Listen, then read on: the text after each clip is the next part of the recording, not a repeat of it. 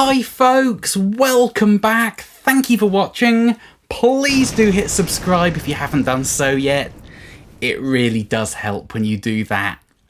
So today folks, welcome to the end of month Q&A video for August 2022. And for whatever reason, this month has ended up being back-to-back videos of new gear. Some stuff was delayed and ended up on the channel later than expected, other stuff was kind of fast-tracked, and it ended up that we just had loads of new gear on the channel this month. Now, don't get used to it because I'm absolutely broke after the last 4 weeks, and I'm going to have to replenish my reserves somewhat before I start buying anything else to feature on the channel. But the end result has been great because the engagement from you guys has been astonishing. YouTube is typically very quiet in the summer months of July and August, and it picks up again in September. But August has been one of my busiest months on YouTube to date, and that is entirely down to you folks commenting and engaging with the content. So thank you so much to everybody who has shared your thoughts and opinions this last month, and I've got loads of your questions to get through today. So let's jump right into it and get cracking. So first up this month, Sam Popkin. Congrats on the new guitar, Perky. It's a fantastic sounding rick, and it's clear the mods you did made it even better. I'll forgive you for not liking the Beatles. So this is the first kind of planned bit of new stuff for August, and I assumed in my naivety this was going to be the biggest kind of main video of the month. Little did I know. But this is my Rickenbacker 330 that I've modded to kind of vintage spec with the toasters and the electronics and the high pass capacitor on the switch, all that sort of stuff. And yeah, I really do like the mods that I've done to this. It's given it a much more classic 60s Rickenbacker voice. And yeah, in terms of the Beatles, I'm just not that into them. Of course, the vast majority of artists who I am influenced by were influenced by the Beatles themselves, so I'm kind of a Beatles fan second generation, but I wouldn't really sit down and listen to a Beatles record. They're just not my favourite band in the world. But yeah, some people were very upset by the fact I'm not a big Beatles fan, but that's the truth of it. They're just not a big deal for me. I know they are for the music industry and the rest of the world, but yeah, for me, they're not my go-to. Peter Wasted. Excellent. It's good to start. I'm fairly sure I'd love one, but I've never had the chance to try one, and there are so many other guitars out there. I like your control mods. They make perfect sense. I understand the controls are 90 degrees out from the Gibson standard. Did you keep it like that? Now, I wasn't sure, Peter, whether you meant the angles the knobs are set at, or where the controls actually are. So of course, I've slightly kind of offset the two sets of knobs from each other. Out of all the vintage Rickenbacker 330s and Capris that I saw with this style of knob, they were always set kind of slightly skewy between the volumes and the tones. So I set the volumes kind of at the angle you would expect a Gibson to be at, and the tones on the top are kind of set horizontal because that's the angle where I was banging it less when I was playing the guitar. But I'm guessing you mean where the knobs actually are. So yes, they are different from Gibsons. So on Gibsons, you kind of have the volumes at the front and the tones at the back. It kind of goes horizontal. On a Rickenbacker, they go vertically. So you have bridge volume, bridge tone, neck volume, neck tone. So the knobs are in different places. I went with the standard vintage correct Rickenbacker wiring. So yes, the knobs on here are different than they are on a Gibson. Mark Koha. Hi Joe, as always, excellent content. Thank you, Mark. The opening jam was glorious tones. What amp/pedals were in use for that? I am actually on the hunt for a Rickenbacker myself. Well, for it and the funds to make the purchase, lol. Yeah, they're not cheap guitars. And as I said in the demo of this, there's no budget point of entry into the Rickenbacker world in the way that Gibson has Epiphone and Fender has Squier. You kind of have to pay full whack for an American-made Rickenbacker unless you're going to buy a fake, which are wonderfully known as chicken backers. But for genuine kind of Rickenbacker heritage, you're looking at premium American made. There isn't a budget point of entry. So yeah, sadly, they're not cheap instruments. In terms of that opening jam, it was this into my Dr. Z Z-Rec, and this guitar and that amp are just a perfect match for each other. They just sound amazing. And I think it had the Origin Effects Cali 76 on because compression is a big part of the classic Rickenbacker sound, and the Analog Man ARDX20 delay, I think, from memory. But that, out of all the excerpts of playing I recorded, that sounded the most classic Rickenbacker, so I put it right at the head of the video. But yeah, that combination did sound pretty special. Lou Loriente. Hey Perky, nice playing. Thank you, thank you. Man, your Ricky not only jangles, but it can also rock out. And that was a big point I wanted to make in the demo video of this guitar. That the stereotype of Rickenbackers being one-trick ponies and they're only good for jangle, they're useless for everything else, really isn't true. With the right kind of gain staging, you can make these things absolutely howl. They are fantastic rock instruments given the right setup. And that stereotype of Rickenbackers being only good for the clean jangly chime thing, I suspect is perpetuated by people who have never played a Rickenbacker, because once you get to know one of these things and work out what it likes and what it doesn't like, you can dial it in to absolutely scream. Pedal and Squares. I recently found your channel around pots with the idea in mind to upgrade my Rick 330, pickups and push-pull, hand-meat glove. Well, I'm glad that video was useful. I made a video all about pots about 3 years ago, like a 101 of pots, and it's one of the biggest videos on this channel. I've got no idea why. It's just a sort of 10 top things to know about potentiometers, but it's really, really popular. And watch out for the first of the mod videos that's coming in September, because I've modded this guitar, obviously. I released the main demo first, and then I'm going to release the various mod videos over the next few months. So in the first one, I take this guitar from the stock 330k all-round pot configuration to the more vintage correct 250-500 configuration. So you might get more information about what you're wanting to find about modding your 330 out of that video. I think it's the 15th of September that video is scheduled for, so watch out for that one. The Radical Kindness. Those pickups sound really great and I love the knobs. These old school Capri style Bakelite knobs just look awesome, don't they? I really, really like them. The wiring mods are genius. Wouldn't go that far. I had a 360 for years, but I just couldn't get along with the tiny neck, and I like small necks. But they keep calling me. I definitely do 330 this time around, or maybe something like a 381 if I could swing it. I'm really glad I didn't let the kind of thin neck of this guitar put me off, because I have kind of alien hands, so I thought a narrow neck would be really cumbersome. And I read loads of things about people struggling to play chords cleanly because the strings are closer together.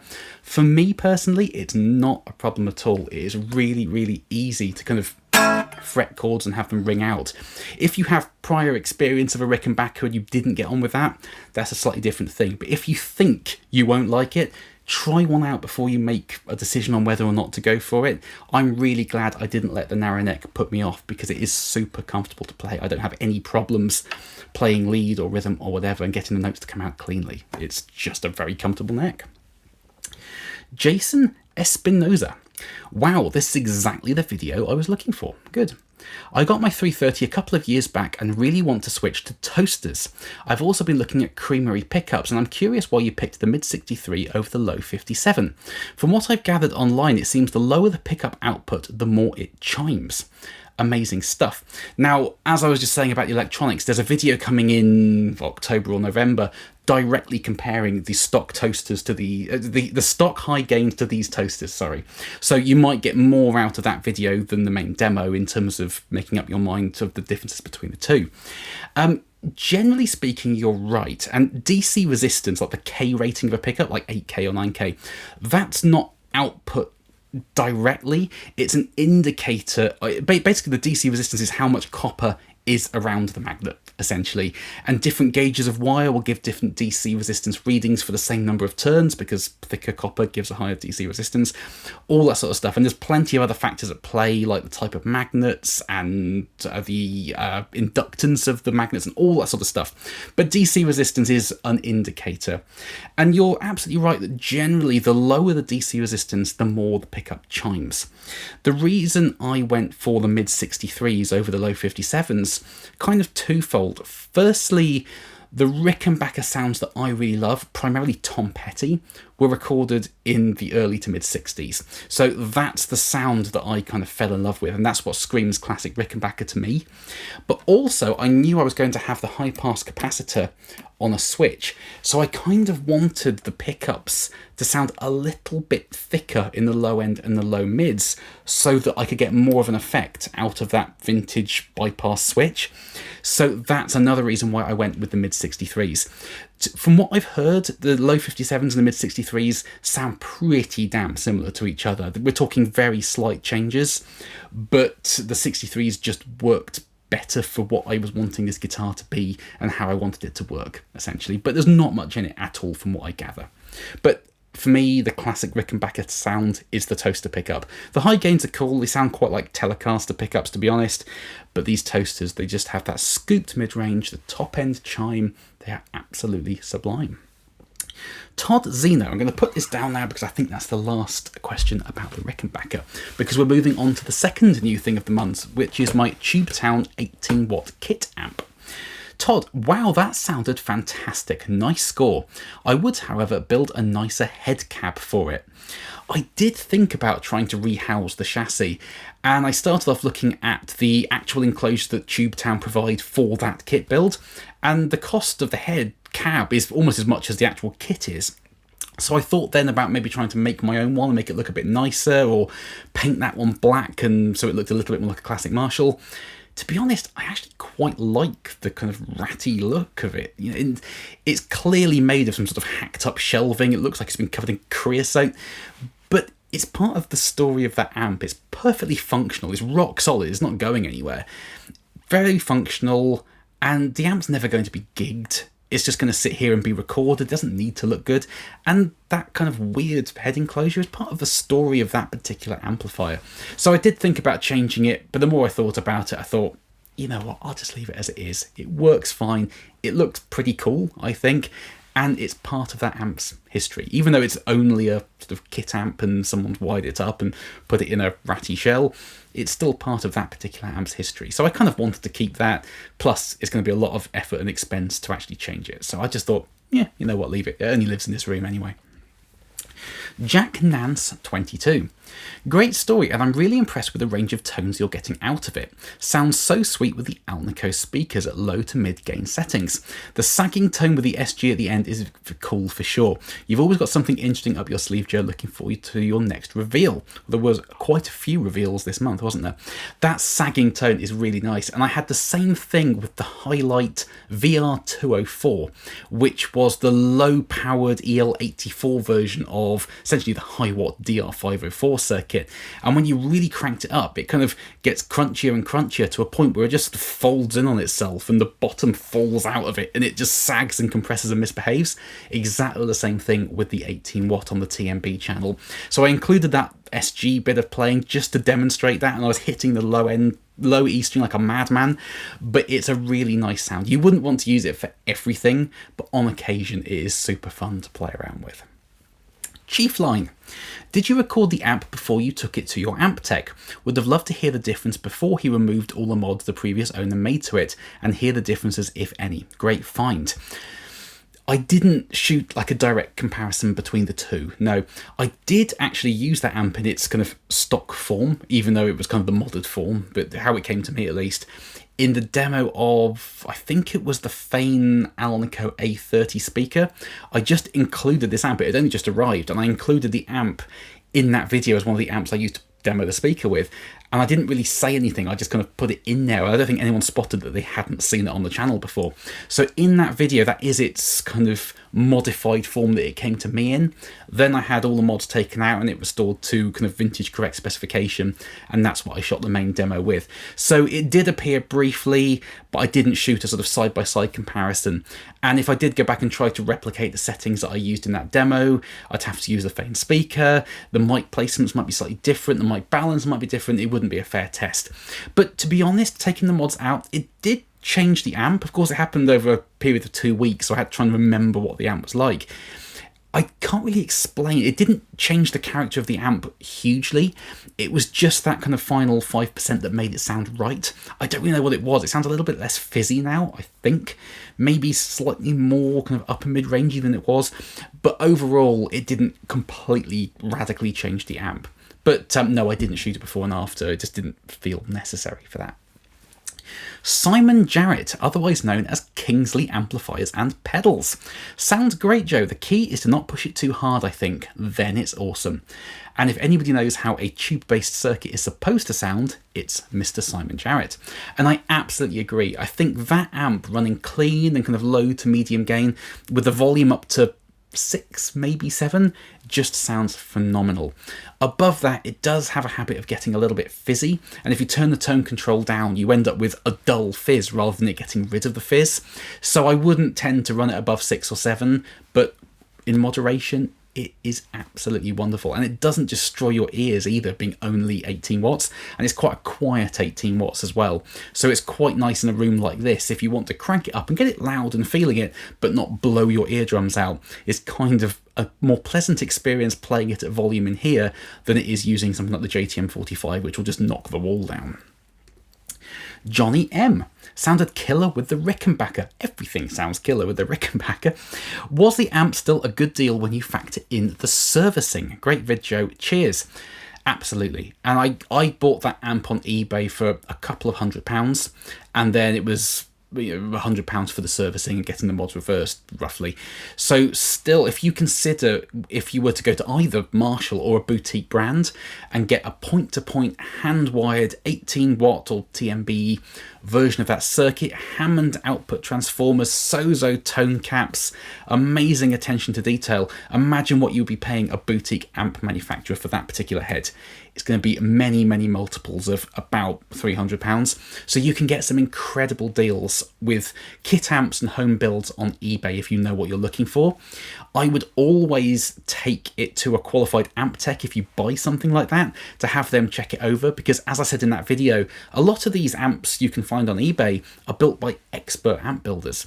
Some of them might have been built by the likes of me, and I really would not trust an amp that I had anything to do with. So it's worth getting it checked out just for safety and it's not going to kill anyone. And also, if you want to check it against the kind of original schematic, check that it's been built accurately. It's a good time to do that too. But you can get some absolute steals. My JTM45 clone, for example, was a very similar thing, and I paid only a tiny bit more than I paid for the Tubetown, and that is my favourite amp I've ever played, bar none. All the kind of Dr. Z's and Custom Shop Oranges I've got here, the JTM45 is above them all, for me personally, and it was one of the cheapest amps I've ever bought. So you can get some great deals if you kind of scout the talent and find just a really good example of a certain amp circuit. You can get amazing value for money. Charles Willis, speaking of the orange Retro 50 head, when you hit that first chord on the Les Paul, my brain said, yeah. That orange amp has been sounding phenomenal recently, and I don't know what it is, whether the amp has kind of changed a little bit in the 2 years I've owned it, or whether it's because I'm now using it with the Alnico speakers exclusively, or whether I'm dialing it in better or whatever. But in a video that we're going to go on to talk about, it's probably the biggest video this month in terms of comments, that amp was one of the finest recorded guitar sounds I'd ever heard, let alone that I'd achieved myself in this room. It just sounds godly, that Retro 50 head. So I don't know what's changed, if anything, or maybe I'm just better at using it now. But recorded, it is a stunning amplifier. Enrico Palazzo. I enjoyed mode 3 with the SG, and the 4th setting was cool. I had a reproduction of the Expandora called the Expandora Squared. It was cool. If I understand right, the Expandora is basically a rat on steroids type thing. So, new thing number 3 of the month was a video I made in conjunction with Decibelics over in Barcelona, and this is Guillem's brand new Reverend, which is essentially the old EXP 2000 Expandora circuit with all the new old stock components the original used, but with the mode selector switch of the EXP 2001 and inside the sort of guitar bass switch of the EXP 2000R, the reissue. So the sound of the ultimate one, but with the functionality of the next 2 models. And this thing is just incredible. As you say, Enrico, all the settings sound great, I think. The Forbidden Mode is absolutely nuts, but the various kind of levels of clipping just suit different guitars. And you're right, as far as I'm aware, it is based on the Proco Rat, but the big difference is it includes an expander circuit. I assume that's why it's called the Expandora. And that basically gives you more dynamic range. The thing I really like about this circuit is how it responds to your picking dynamics. It doesn't get quieter or less gainy, really. The character of it changes, though, and you can dig in and the upper mid-range just kind of jumps out, and then you throttle back and it becomes a bit flatter and more polite, and the character really changes with your playing. And this is just a wonderful sounding pedal. I believe it's being released any day now. I think it's the first week of September. So if you liked what you heard with this, check out Guillem's website and get your hands on one of these, because it is absolutely amazing. And when I rebuild my pedal board in November or December, I'm 95% certain this is going straight on it. It is a killer pedal. James Halbert. Hendrix rewired my brain.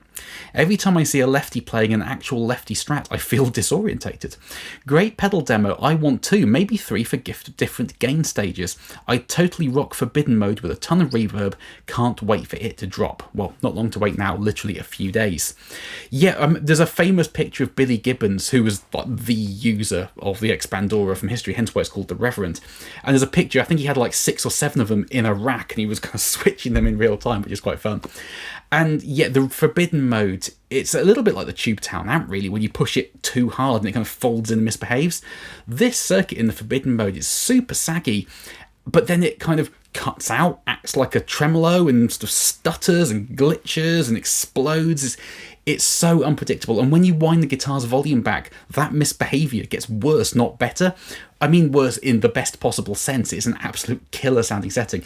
But yes, with reverb just droning away, it could be like shoegaze central. Such a cool pedal. Monkey Magic, cool pedal, Joe. There we are. I look forward to threads on the gear page comparing tones of the red and black fonts. In fact, I might start one. You joke, but that is legitimately the sort of thread that would appear on the gear page and get ridiculously heated for no reason. Because Guillem offers this pedal in the 2 original colours of font that the Expandora came with, this black version and a red version. You just choose which one you want when you're ordering. Now, I'm not kind of trying to bias the argument, but I think the black version sounds a little bit better. Of course, I'm joking, but yes, that's definitely something you would see on the gear page. Mark Wright. Hi Joe, another awesome video. Thank you, Mark. How are you getting on with the new Central Lab pots in your Les Paul? Any more info now you've lived with them for a while? Yeah, I absolutely love them. They're fantastic. So a few months ago, I changed the pots in my main Les Paul Standard with some hybrid pots made by Nostalgic over in Texas, I think it was. And they're basically housed in modern CTS pot enclosures, but internally the carbon tracks and the wiper are from 1960s vintage original Central Labs. So everything that actually makes a difference in terms of how the pot sounds and behaves is a genuine Central Lab pot. It's just housed in a new enclosure. And those particular pots I'm now using in the Les Paul are slightly overvalued. They're kind of 700 to 900k. So to me, they just give you that kind of 2% extra openness on the top end. With the PAF, I think the vast majority of the sound of that pickup gets through with just 500k pots. So it's not like using a 1 meg pot with a single coil Fender where it's just so glassy you can't listen to it. It's a fairly subtle change all in, but it just gives you a little bit more sizzle. And I really like that. If you don't want it, you can of course just wind the tone knob down a little bit and bring yourself back to square one. So I really, really like them. It doesn't cause any problems with fuzzers, as some people were speculating in that original video it might. It just makes it brighter. It doesn't change the impedance. But yeah, I really, really like them. So if you're looking at those sorts of pots and you're on the fence about them, definitely check them out. They're a really interesting tonal experiment for your guitar. So go and hit up Taylor at Nostalgic. Eric Carpenter. Great amp show-off. I really preferred the JTM 45 clone, but as usual, the Junior won overall. Such a great guitar. So I want to take advantage of having just got the 18-watt Marshall circuit here, because of course I've also got the JTM 45 clone, and the old Marshall 1974, which was the 18-watt circuit, was marketed as being a kind of baby version of the Blues Breaker amp, which was the JTM 45 circuit. So I wanted to see that when you get over the obvious hurdle of the wattage difference and match the volumes, how different are they, or are they really similar? And as we kind of heard in that video, I wasn't using the bright channel on the JTM 45, which I could have to make it more sort of sparkly, and I tend to use that myself. I was using the normal channel to match the channel input on the 18 watt, because that's a normal channel without a bright cap. So I was kind of matching it like that, but we heard that on kind of clean settings, the sort of extra EL84 chime of the 18 watt was really nice. It actually sounded a bit nicer than the JTM 45. But as we cranked them up, the mid-range character was pretty different between the two amps. And to me, the JTM45 sounded like a classic Marshall. The 18-watt sounded great too, but it was a different thing in that mid-range. It was kind of more boxy and soupy in the lower mid-range, a little bit, as you kind of would expect, more like a Vox, whereas the JTM45 with the KT66 just sounded like a classic 60s Marshall should, in my opinion. So I would agree that the JTM45 kind of won in that shootout. It was my favourite, at least. But as you say, the Les Paul Jr., that guitar, out of all the guitars I own, it's never the one I gravitate towards. I don't look at my guitar collection and go, that one, and pick the Junior out. But whenever I use it in a video, it sounds great in the room. And whenever I'm mixing the audio on the computer, I'll flick through the various clips and go, what was that? It's always the Junior. It just records so well and always just does good things. Even though it's not a guitar that I would typically reach for, recording is really hard to beat. It always surprises me how astonishingly good that Junior sounds. Mark Koha, again. Hi Joe, when you spoke about upper mids on the two amps and that sponginess you were feeling in the EL84 amp, those differences are in part due to the 18-watt being a no negative feedback circuit, whereas the JTM45 typically has a 27k resistor feeding signal back into the circuit. That's a contributing factor to the differences in both the feel and EQ/presence. Great content as always, well done. I didn't actually know that, so thank you for the information, Mark, but it definitely figures, because to me the 18-watt, partly down to the tubes, but it was more voxy in its breakup, and it breaks up very early. By the time you get to kind of 9 o'clock on the volume control, it's starting to crunch, and that will be affected by not having any negative feedback, because Voxes typically don't have negative feedback either. The JTM45 will stay cleaner for longer because it has that negative feedback kind of correcting the input signal in the preamp stage. I didn't even consider that, so thank you for the information, Mark. That will definitely be playing into it. DCKC1, hardwood floors or a Fender guitar in roasted pine. Now this is moving on to the last video of the month that I wasn't really expecting to make. It just kind of happened spontaneously in terms of getting the thing that I featured, and it really took off. It was kind of one of the biggest videos in terms of comments I've had in a long time. And I put a little teaser up. I took a very sort of close-up of the wood and tried to get people to guess what it was.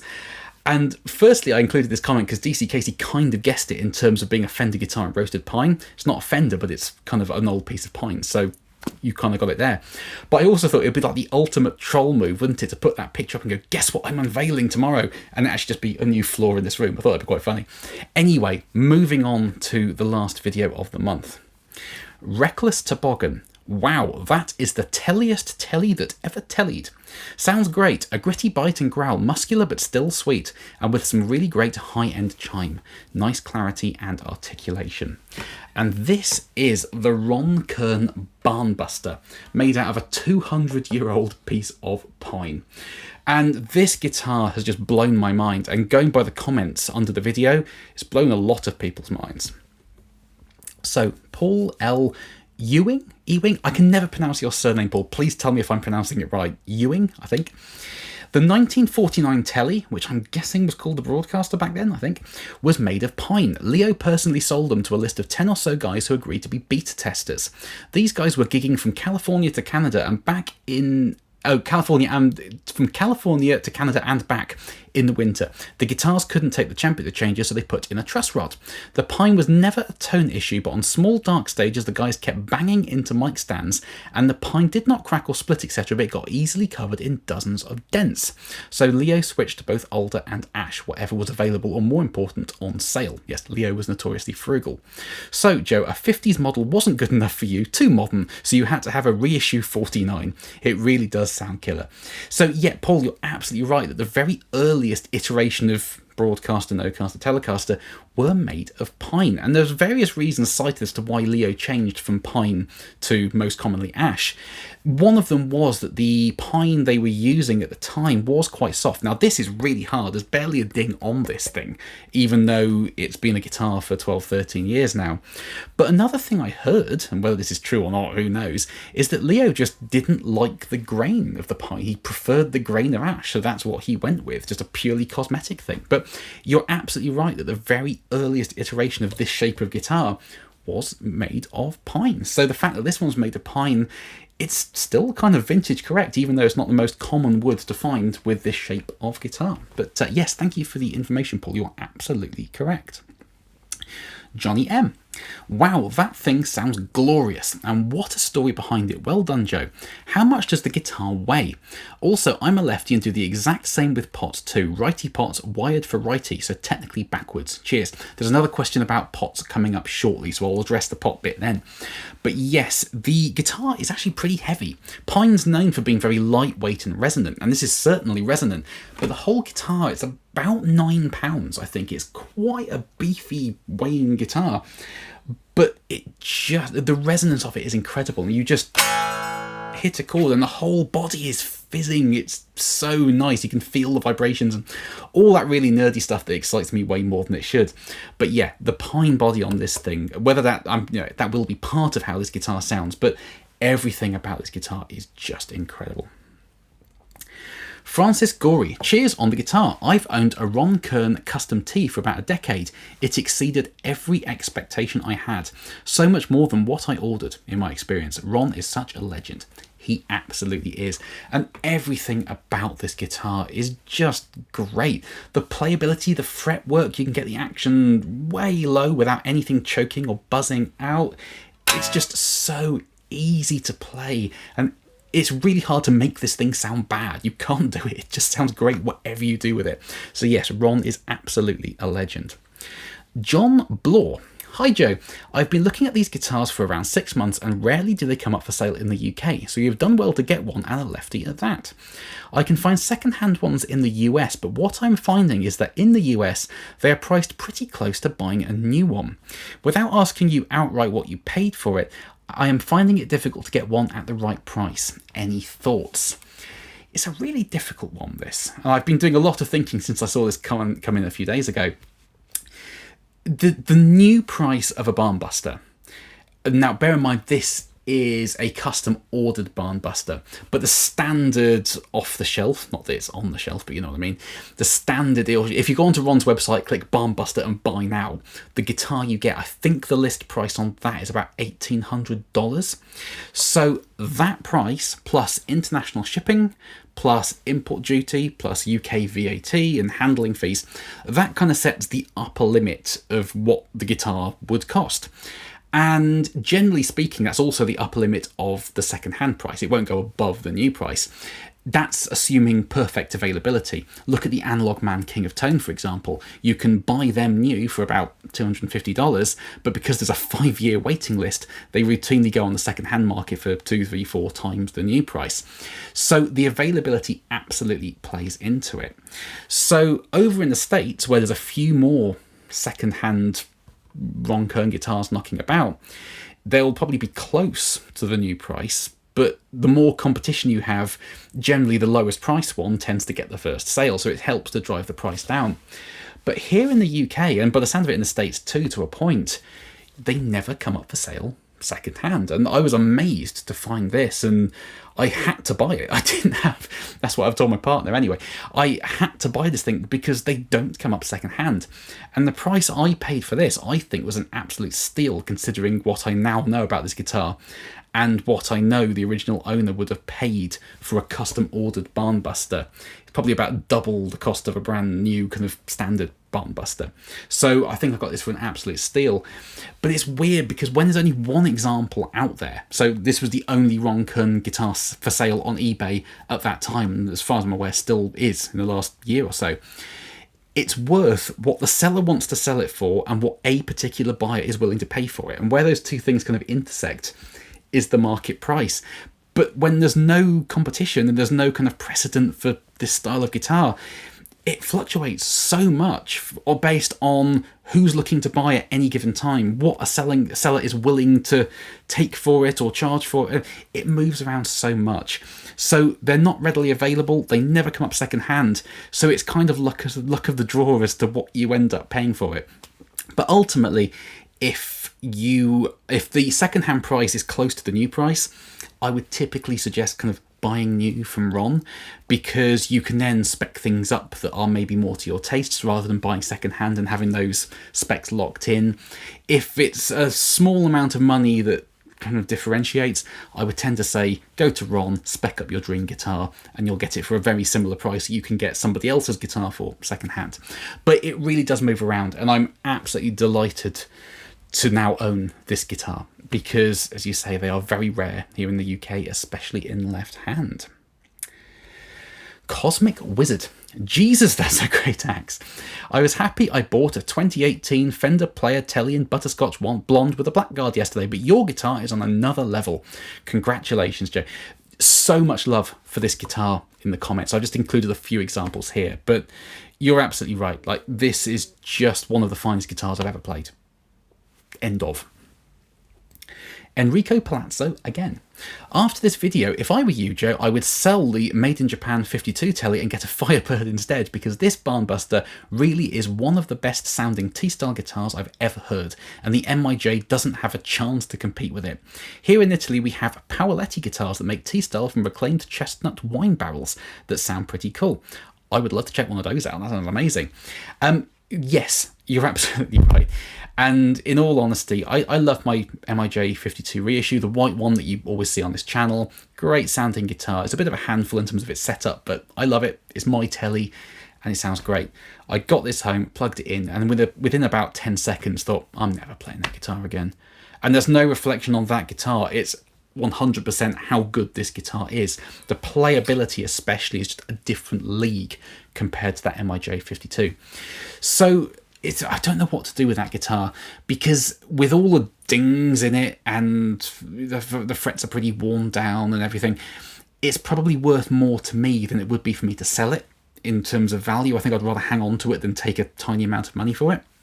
But also, I've been thinking of ways to maybe change that guitar up a bit, and I have been talking to somebody about maybe making quite a substantial change to that guitar. Would be quite invasive and cost a fair bit to do, but it might be worth doing, because as a telly, this one just runs rings around that MIJ 52, and I don't want it to gather dust and never get played, so I'd rather turn it into something that's different to this, but still something I would use.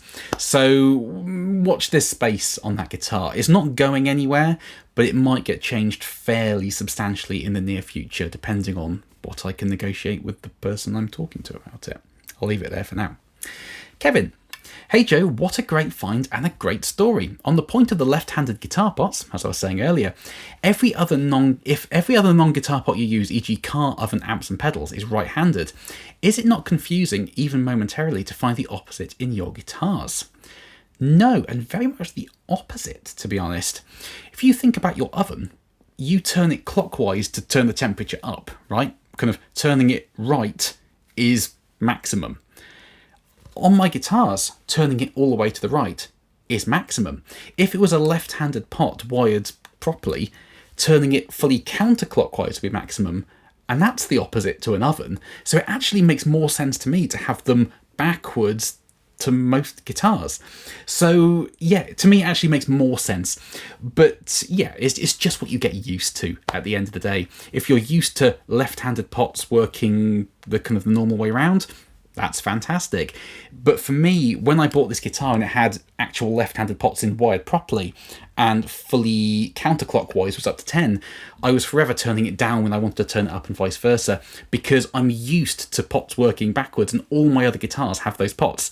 So these pots were backwards to what I was used to, which is why I primarily changed them. So it's what you get used to, but it actually makes more sense because it matches what I would do on an oven or a car or whatever. So yeah, it actually makes more sense to me, but it's what you get used to at the end of the day. Johnny Rush. Definitely one of the best, if not the best telly I've ever heard. What an incredible find. Keith Richards would use this in a heartbeat.